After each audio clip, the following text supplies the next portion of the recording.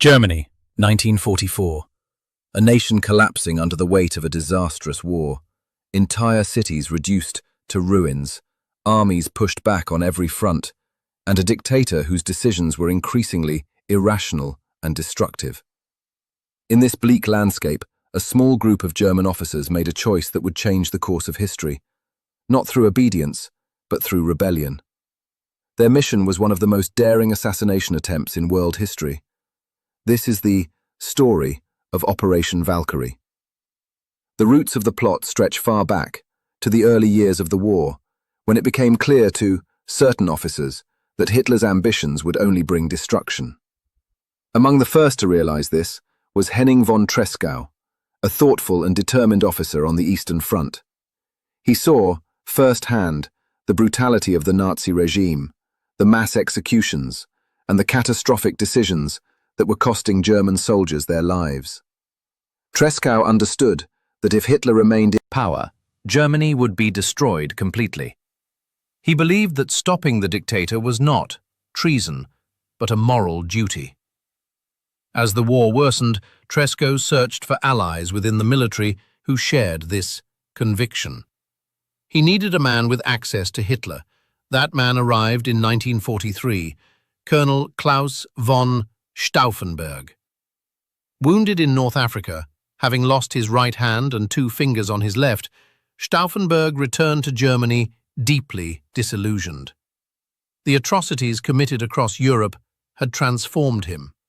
He believed that honor, duty, and morality demanded action.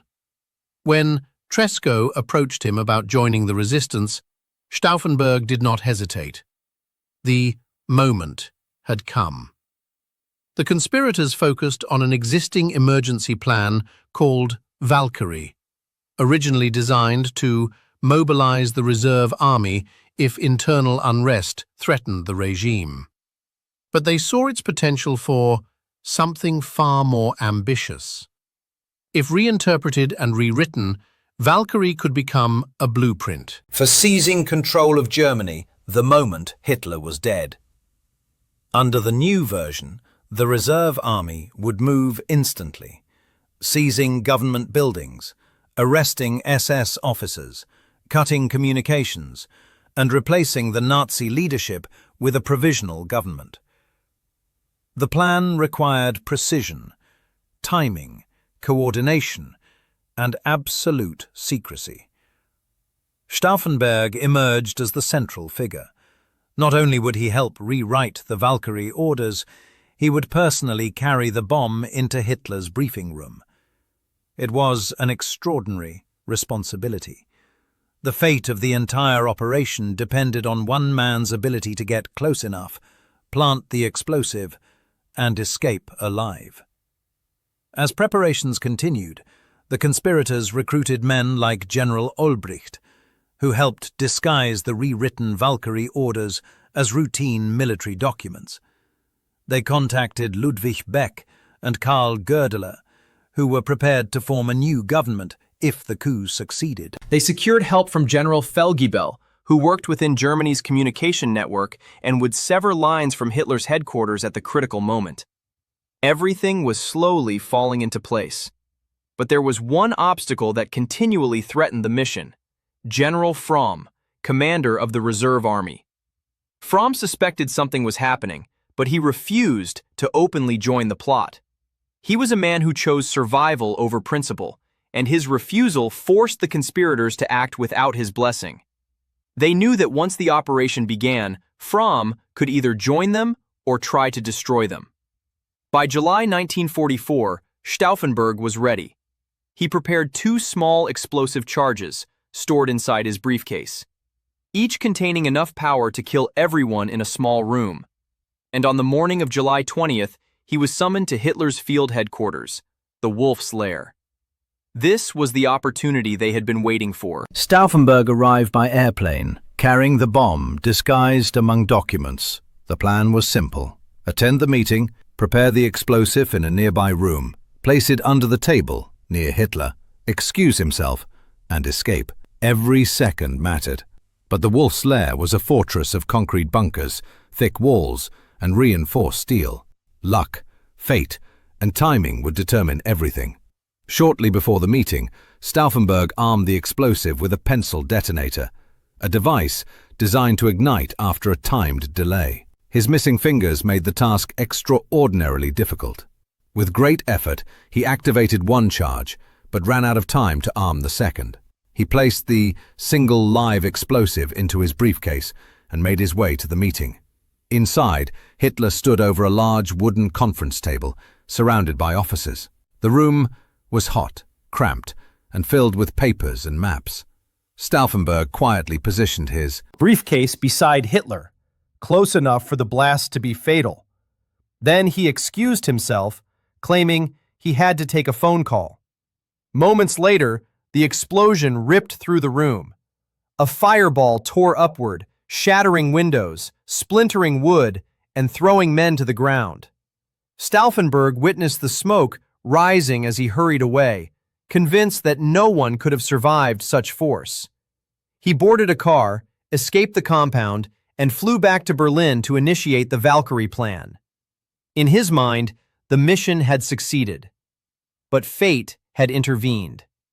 Unbeknownst to him, one of Hitler's officers had shifted the briefcase moments before the explosion, placing a thick wooden table leg between Hitler and the bomb. That simple action saved the dictator's life. Hitler was wounded, his trousers shredded, his ears ringing, but he survived. Back in Berlin, Stauffenberg confidently declared that Hitler was dead. Ulbricht ordered Valkyrie into motion. Reserve units began mobilizing across Germany. Communications from the Wolf's Lair was severed by Felgibel. For a brief moment, the coup appeared to be succeeding, but conflicting reports soon reached Berlin. The Nazi propaganda machine moved quickly.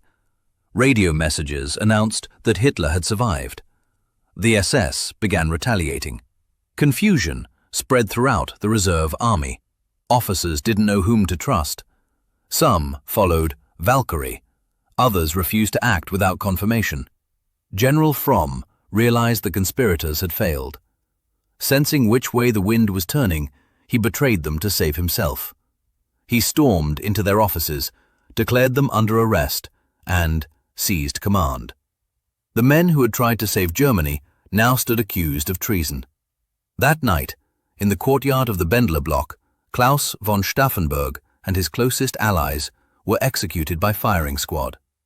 Stauffenberg's last words were a declaration of loyalty to a Germany he believed should have existed, one free from tyranny and hatred.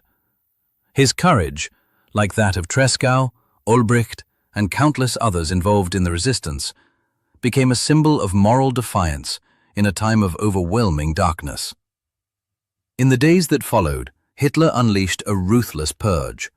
Thousands were investigated, many were arrested, tortured, or executed. The regime tried desperately to portray the conspirators as cowards or traitors, but history would remember them differently. Operation Valkyrie may have failed, but the attempt revealed something important, that even within the heart of a brutal dictatorship, there were those willing to risk everything to stop evil. Their legacy serves as a reminder that resistance is not measured by success alone, but by the courage to act when action seems impossible. In the end, Hitler's survival only prolonged the war for a few more months. But the story of those who stood against him, those who tried to change the course of history, remains one of the most powerful examples of moral bravery in the modern age. Their actions echo across time, speaking not of betrayal, but of hope, that even in the darkest moments, humanity can still rise.